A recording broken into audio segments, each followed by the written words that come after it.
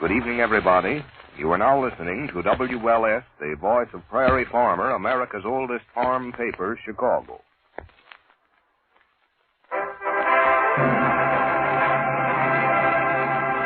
The Johnson Wax Program.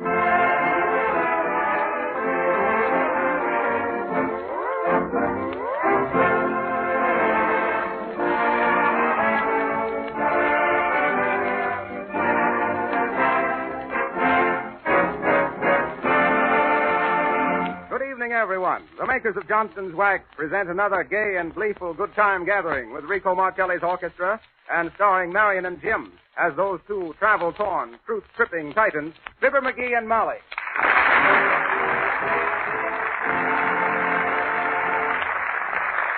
Marcelli starts it off with I Can't Give You Anything But Love. Give it, Rico.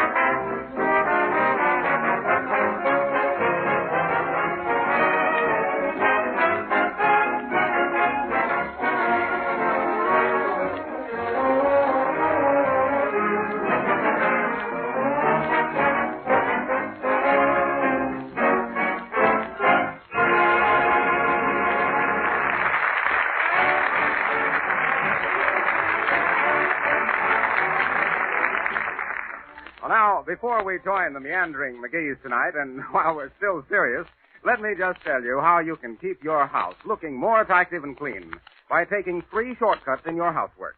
Here are the 3 shortcuts. Wax your floors, wax your furniture, and wax your woodwork with genuine Johnson's Wax. Almost all persons who keep house have the continual problem of fighting dust. Dust, dust, dust all the time. Now, if you protect your furniture, woodwork, and floors with a gleaming coat of Johnson's Wax, you'll cut your dusting just in half. For scientific tests prove that only 1/2 as much dust clings to a Johnson Wax surface as on an unwaxed surface. Insist on having the original and genuine Johnson's Wax in the attractive yellow can.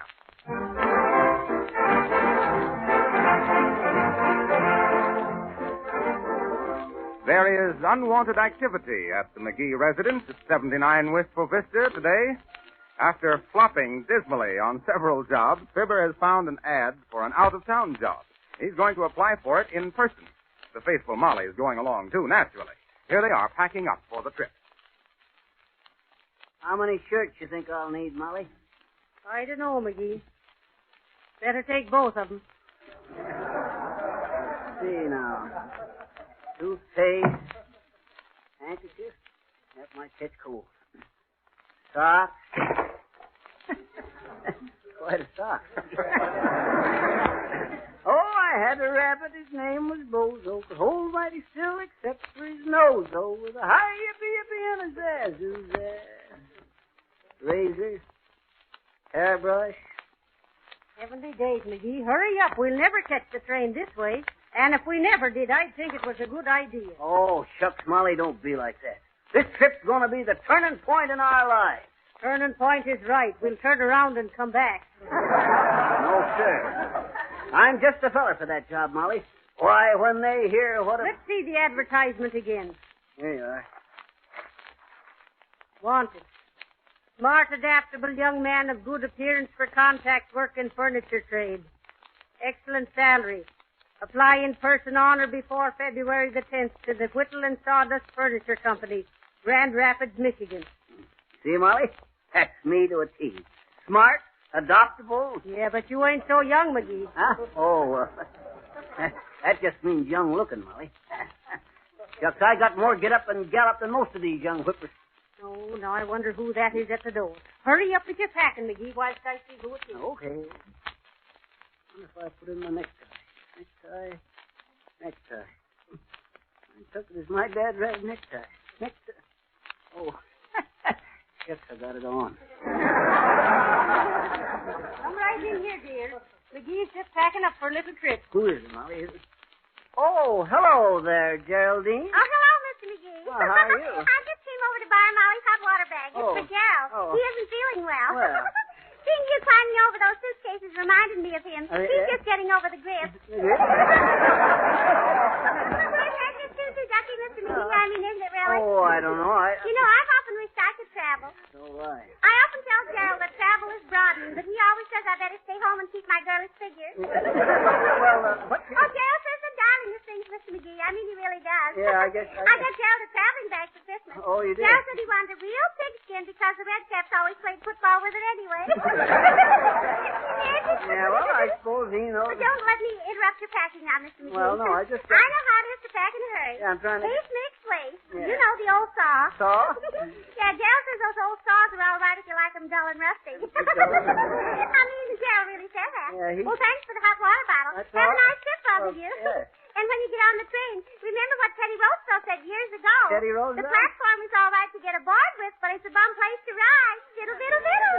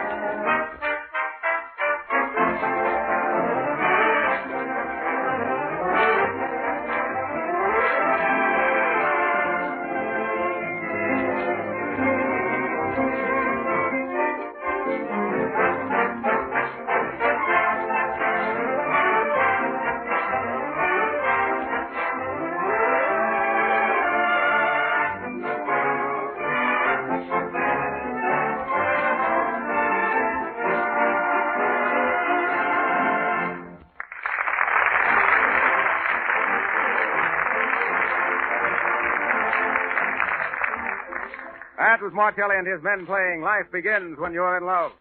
And here are Fibber and Molly at the station of the NBNC Railroad buying their tickets to Grand Rapids.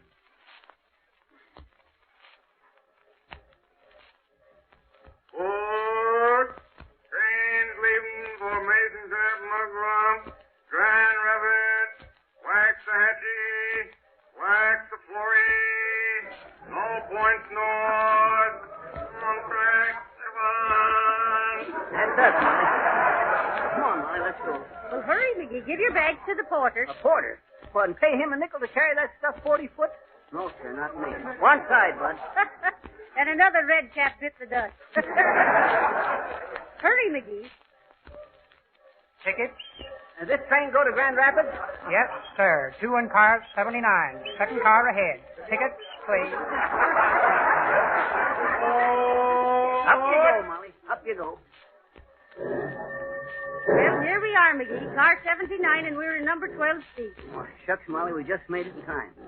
Number 12, huh? Oh, here we are. Hey, buddy, get your feet off in the seat. We want to sit down. Well, heavenly days. It's 60 popular. Oh, hello there, Nick. Hello there, Peter. Hello, Cupid. Well,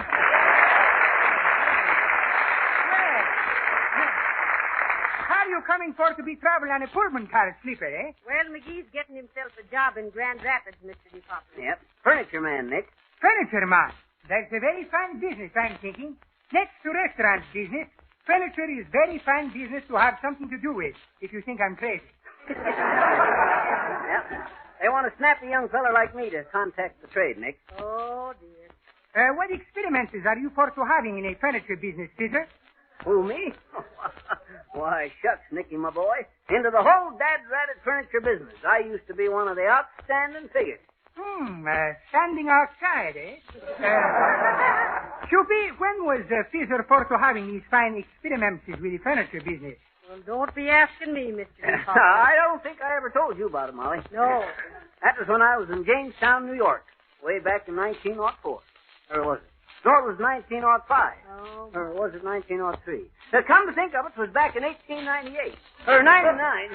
When finally you're settling on some nice dates, it will be Happy New Year, I'm thinking. The same to me. Plain enough. Well, anyway, it was about that time. Well, it's about time you was getting to the point, McGee. Don't crowd me, Molly. As I was saying, Nick, I was well known in the furniture trade in them days. Probably as a tryer-outer of easy chairs. Overstuffed McGee, they called me in them days. I was lots heavier then. Overstuffed McGee, the fella with the flashy finesse for family pads and fine fall panties in the February furniture festival. That's a very fine slogan, I'm having no doubtless. But how could you for getting all these titles on one little business card, Tweezy? I never used that name on my cards, Nick. That would have been kind of bragging. Oh, dear. Just a shrinking violet. Well, it's a very fine business to have shrimping violets like Fizzer, Choopy. He's always for to telling he's hot stuff, but everybody should be taking it with a dose of salt to grab me. Oh, look, McGee. There's a man walking the ties out there. Oh, yeah. He's a track walker, Molly. Did you say wax talker? Oh, hello, Mr. Wilcox. Hi there, folks. How are you? What you doing on this train, Harpo? Oh, I'm a traveling man now. I'm taking a little trip up there. See you later, Harpo. Yeah. Say, Nick, Huh? I ever tell you about Carl, the clever chameleon? You mean a radio chameleon? No, chameleon. Chameleon, you know. Kind of a little lizard. Oh, sure. The uncle was caught in one. In one what? The lizard. Chuck, if you ain't going to let me tell it. Oh, go on, McGee. We're all ears. Sure. Well, sure, this here chameleon of mine, Carl his name was, he was one of the fastest color changers of his kind. Put him onto an oriental rug, and in 10 seconds you wouldn't be able to see him. I see he'd crawl underneath it. Yes, he'd crawl in. No! He'd change color to match the rug. For gracious sake, this gizzard with changing colors is all Greek to me. Take it easy, Nick. This is no leaping lizard. One day I was kind of experimenting around with Carl, putting him onto a newspaper to see him turn black and white, and putting him onto some fancy wallpaper, and then trying him on an old striped necktie. How'd he do, McGee? How'd he do, Molly? No. How did he do? Who do? Who's a hoodoo? Excuse me, please. This is where I came in. Well, sir, this was one of the finest hunting dogs I ever had. Hunting dog? Why, you was talking about Carl the chameleon. Oh, yeah. Well, sir, all of a sudden I got an idea, and I tried it out. It worked. And I've never been so sorry in my whole life. Poor old Carl. Faithful little fella, too. What's happening to Carl, Fizzer? I'll show you what happened. Come here, Carl. Come out and meet the folks. McGee, don't you tell me you're carrying a lizard around in your coat pocket.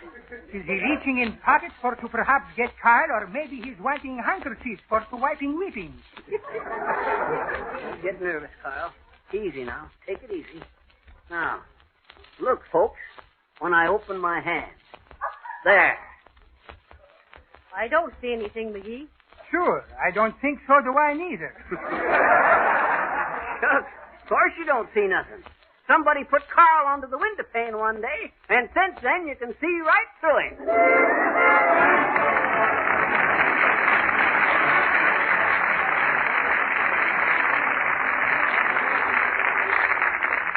While Fibber and Molly's train speeds through the night to Grand Rapids, we're going to hear Rico Marcelli's special arrangement of the prize-winning song in our Amateur Songwriters Contest.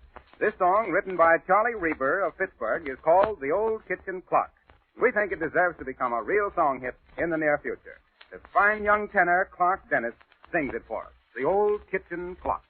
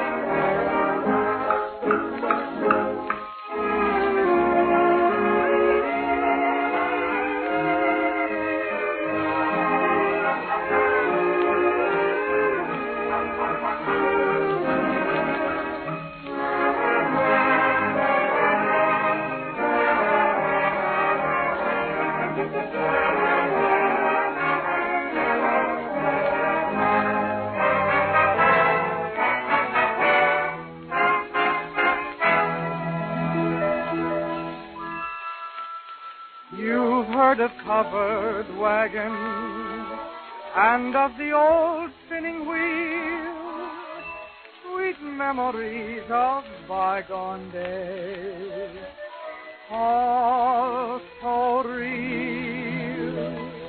I have a keen recollection of something I hear every day, and it's tick-tock, ticking, just ticking away. Just an old kitchen clock, and it never seems to stop. It's a ticking winter, summer, spring, and fall. And when Grandma would bake, she would trim her bed and cake by the kitchen clock a-hanging on the wall. Though the years have rolled by and the old folks have gone, something keeps a-ticking on and on. It's the old kitchen clock, and it never seems to stop. Will it keep on running after I am gone?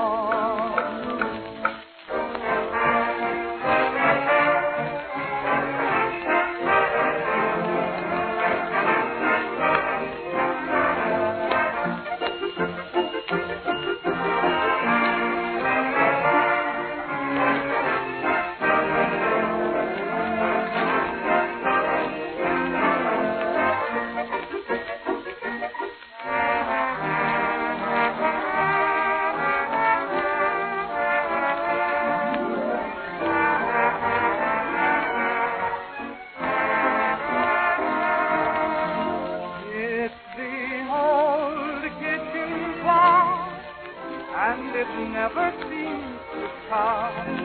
Will it keep on running after I am gone? After I am gone.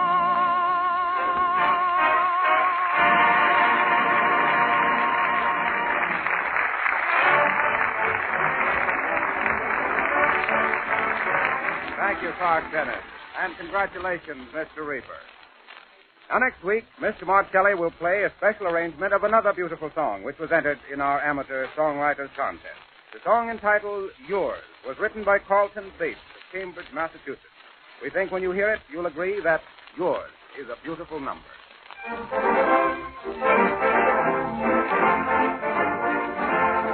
Now we turn our miracle microphone back to car 79 on the NB&C Railroad, where Fibber and Molly are getting ready to retire. Heavenly days, McGee. You mean to say we're both sleeping in that little bed? Molly, what's the matter with that? Where are you sleeping, Nick? I'm for to sleep over here in Opera's berth, number 14. This one I'm thinking. Oh, I'm wrong. Excuse you, please, lady. Is your face red, I hope?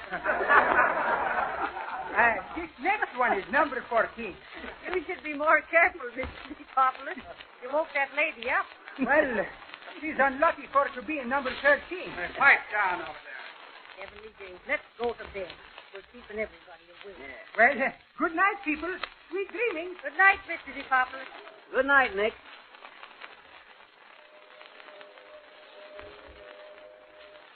You brush your teeth, McGee? Only the lowers, Molly. Go on, get in. Well, McGee, pull the curtains together. Oh, excuse me. Hey, where in Punket do I hang my clothes? Well, there's a coat hanger hanging up there, ignorant. Oh, I got it.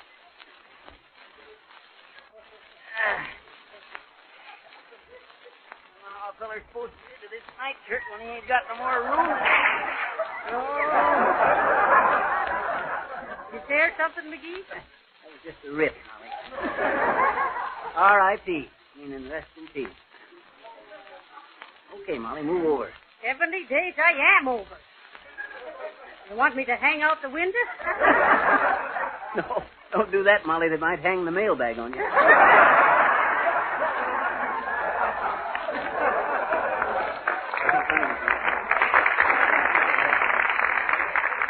Come on now, get into bed. Dread it, how can I get into bed? There ain't enough bed.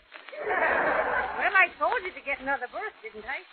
Shucks, they used to make them bigger than this. This here Dad Reddit streamliner. Won't leave room for... Hey, Fibber. Huh? Better get your feet out of the aisle. Water's liable to shine them. You going to bed, Harpo? Yeah, guess I will. Got a big customer to see tomorrow. Oh, I see. Well, good night. Good night. Good night. Good night. Good night. Good night. Good night. Good night. Nice guy. Well, excuse me now while I climb up to my upper Hey, berth you're here. stepping on my hand. Oh, I'm sorry, Fibber. I'm awfully sorry. Well, I'll see you in the morning. Okay. Now for a good refreshing night. Can you scrunch over a mite more, Molly? No, I can't. You're just buzzing the side of the car I am now. Good night, Molly. Good night, McGee.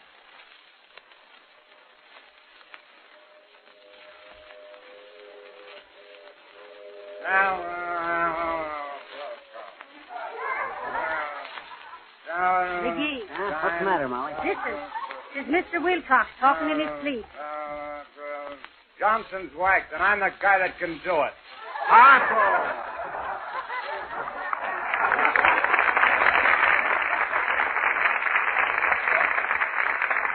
Well, that's it, McGee. Now for a good night's sleep.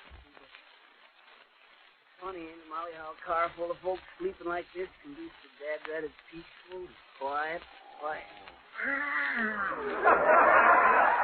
Heavenly days, what's that? It's either the train going over a trestle or somebody sleeping. Listen. Well, I'm glad he isn't going to keep it up. A lot of spirit into it, but not much melody. Where's it coming from, Molly? Sounds like Mr. DePopulus. Listen.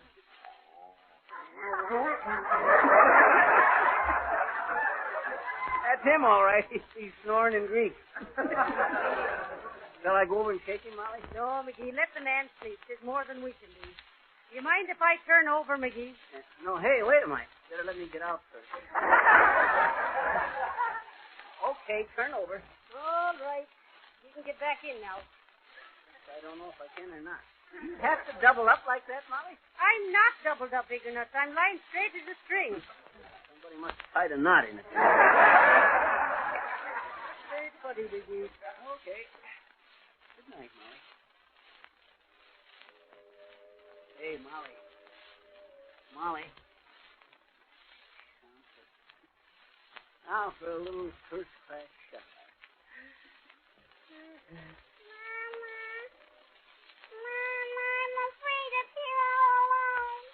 Now, Evangeline, go to sleep. Mother's right down here. You're disturbing the other passengers. Mama, I'm afraid. Why, there's nothing to be afraid of, dear. Remember, the angels are watching over you. I'm afraid. Mama, can I come down there with you? Didn't Mother tell you the angels are watching over you? Now go to sleep.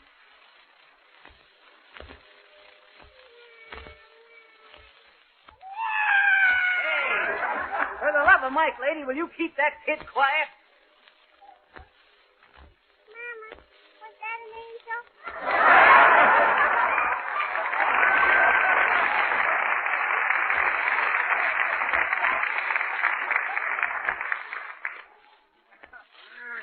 Oh, heavenly day. I don't think that hardly describes the night, Molly. Who in Tunkett's that snoring? Is that Nick, did you say? I believe so. Sounds like somebody's gone home and left the pipe organ turned on. Guess I better go over and stop him. He's liable to strangle himself. Well, if he don't, I will. Happy this minute. That's telling them, Mr. DePopulus. Atta boy, Nick. Who's doing the snoring? Myself, Caesar. Then who is you bawling out? Also, I was calling myself out, Snoopy. for waking myself up. I'm madly in hate with me.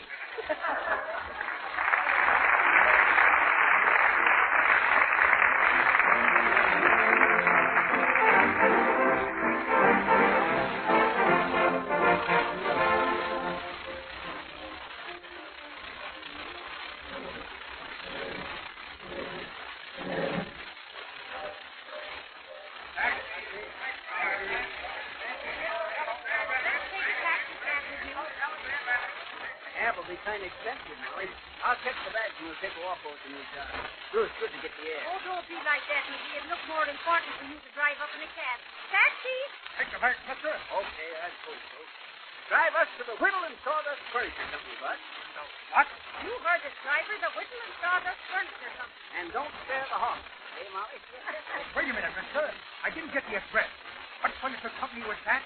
Whittle and Sawdust, and make it snappy, Susie. Oh, Whittle and Sawdust Furniture Company.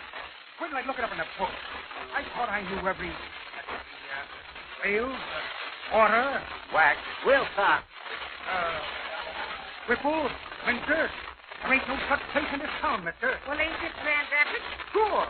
Well, all I gotta say is you Michigan fellas ain't very smart. What do you mean, Michigan? This is Grand Rapids, Wisconsin. Woo! Heavenly days, we're in the long state. Oh, well.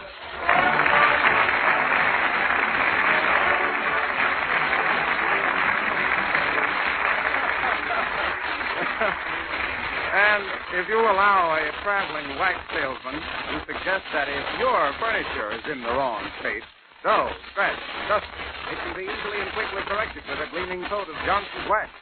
Notice how this wax cleans. At the same time, it polishes, removing dirt that's been accumulating in the pores of the wood for years, perhaps. Johnson's wax leaves a protective coat of beauty on tables, chair arms, and radio cabinets. This wax protection wards off scratches and stains and preserves the wood so that it doesn't dry out. From the day you start using Johnson's wax on your furniture, floors, and woodwork, your housework will be easier. By the way, you'll find it very economical to buy Johnson's wax in the larger size can.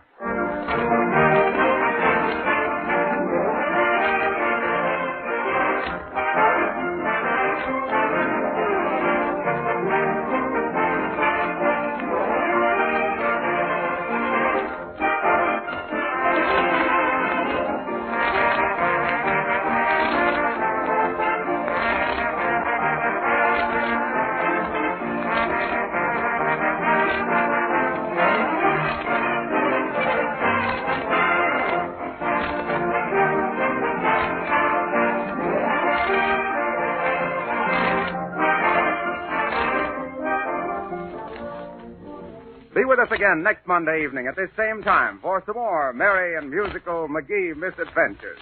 And in the meantime, remember that just as the best housekeepers use Johnson's wax and Johnson's glow coat to keep their houses clean and shining, so the most particular car owners keep their cars sparkling with Johnson's auto wax and cleaner.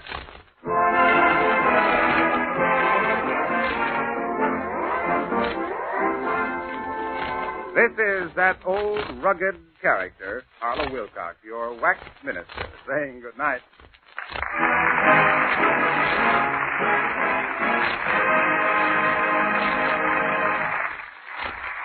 The selection I Can't Give You Anything But Love is from the Blackbirds of 1928. This is the National Broadcasting Company.